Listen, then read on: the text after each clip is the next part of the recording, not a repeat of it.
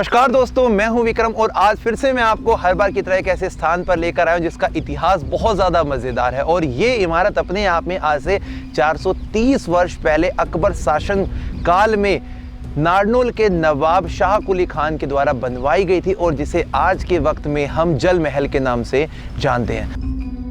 बाहर की तरफ से देखने पर आपको सबसे पहले ये 16 मेहराबों वाला एक लंबा पुल दिखाई देगा, जिसकी मदद से हम इसके मुख्य उस आंगन में, उस हिस्से में पहुंच पाएंगे जिसे लोग जल महल कहते हैं। ये उन नवाबों का उस समय का एक मनोरंजन का स्थल हुआ करता था, जो कि वर्गाकार आकृति में बना हुआ है। इसके अंदर बलुआ पत्थर के साथ साथ में रेड रंग के स्टोन का इस्तेमाल किया गया है। पहाड़ी पत्थर यहाँ पे आपको देखने को मिल रहे हैं और इसकी जो आकृति है वो उस समय के इतिहास को आज हमारे सामने उजागर कर रही है। अब हम जाएंगे इसके बिल्कुल मुख्य प्रवेश द्वार में, जो कि उत्तर दिशा की तरफ बना हुआ है। एक वक्त पहले वहाँ पर उनके सैनिक बैठा करते थे और उनकी सुरक्षा को और भी ज़्यादा कड़ा और मजबूत कर देते थे। अब हम इस पुल को क्रॉस करेंगे और इसके मुख्य हिस्से में पहुँच जाएंगे। तो अब हम आ गए हैं शाह कुली खान नवाब के उस जल महल के बिल्कुल नज़दीकी हिस्से में, जहां से इसका जो नज़ारा है वो और भी ज़्यादा शानदार और अद्भुत हमें दिखाई देता है। इसको जब हम बिल्कुल पास की तरफ से देखेंगे तो यहाँ पर बीच में एक बहुत बड़ी ट्रू आर्च बनाई गई है और राइट और लेफ्ट वाले हिस्से में दो छोटी छोटी आर्च बनाई गई है। इसकी जो खासियत है वो यही है कि बाहर की तरफ से देखने में ये आपको 2 मंजिला इमारत दिखाई देती है, लेकिन अद्भुत बात ये तब बनती है जब हम इसके अंदर जाएंगे। इसके ऊपर चारों कॉर्नर में इस प्रकार की 4 पिलर के ऊपर छतरियां बनाई गई हैं और इसके बिल्कुल बीच वाले हिस्से में ऑक्टागोनल एक हेमिस्फेरिकल एक बहुत बड़ी छतरी बनाई गई है, जो इसकी सुंदरता को काफ़ी दूर से देखने पर और भी ज़्यादा आकर्षित बना देती है। दोस्तों, यहाँ पर कुछ ईरानी और विदेशी जो टेक्निक, जो यहाँ पर कलाकारी की गई थी, उसको हम देखने के लिए थोड़ा सा नज़दीकी हिस्से में जाएंगे। तो आइए मेरे साथ आप एक बार आगे।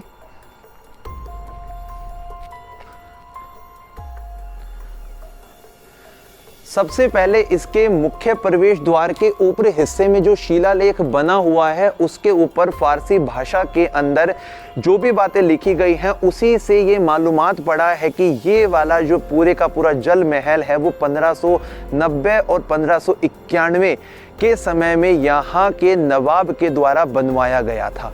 और उसके बाद में जब हम अपनी नज़रों को इन दीवारों के नज़दीकी भाग में लेकर आएंगे तो हम अपनी आंखों पे यकीन नहीं कर पाएंगे कि आज से तकरीबन 430 वर्ष पहले इस प्रकार की जो कलाकृति है, जिसमें ज्योमेट्री का भरपूर और बारीकी के साथ में इस्तेमाल आज भी हमें देखने को मिलता है।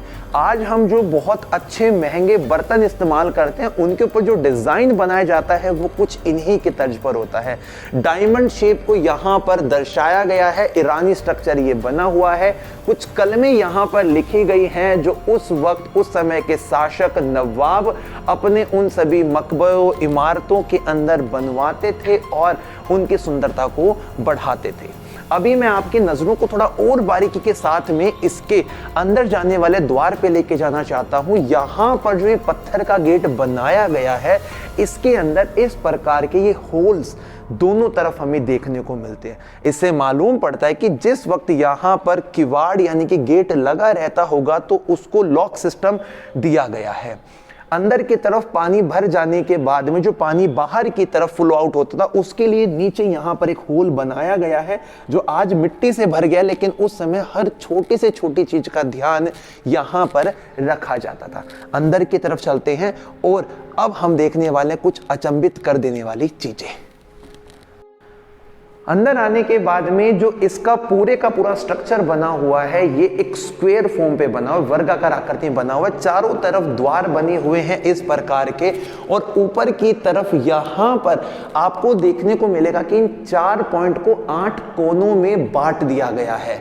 देखिए किस प्रकार से इस कॉर्नर को एक शेप दी गई है और उसी की मदद से सबसे ऊपर वाले हिस्से में एक बहुत बड़ा डोम, एक गुंबद बनाने में उनको महारत हासिल होती है। इस प्रकार की तकनीक को हम स्क्विंच मेथड के नाम से जानते हैं।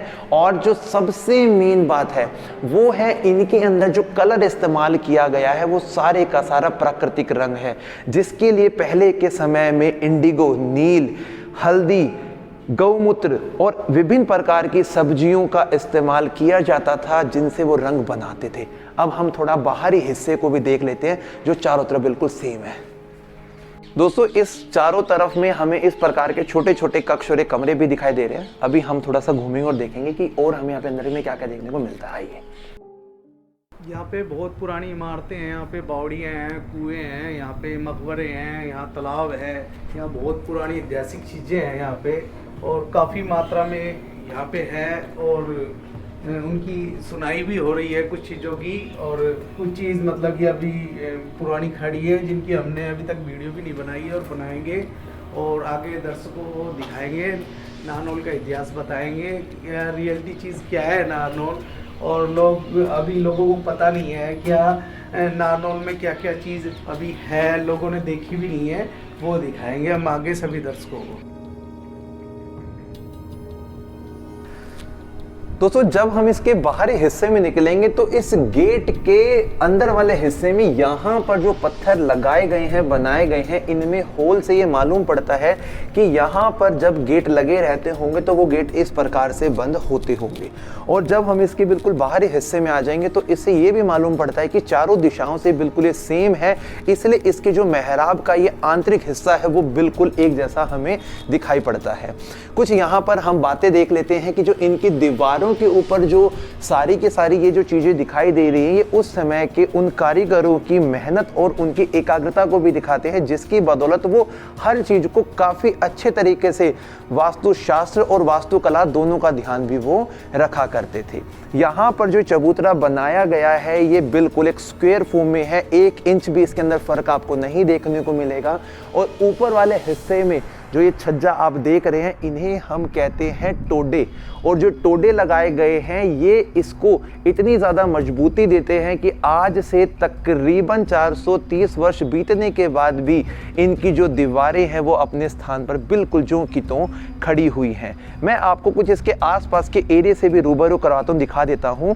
यहाँ पर पीछे की तरफ जो आपको इतना बड़ा जो ये पूरे का पूरा हिस्सा दिखाई दे रहा है, यहाँ पर एक वक्त पहले जल यानी कि पानी भरा हुआ रहता था, और नारनौल के जो नवाब थे वो अक्सर यहाँ पर चांदनी रात में बैठा करते थे, और जो भी समारोह या प्रोग्राम इस पूरे पुलिया वाले हिस्से पे होता था उसका आनंद वो ऊपर जो गुंबद बना वहां से बैठकर लिया करते थे। यानी कि उन नवाबों का एक मनोरंजन का ये स्थान हुआ करता था, जिसको आज के समय में हम जल महल के रूप में जानते हैं।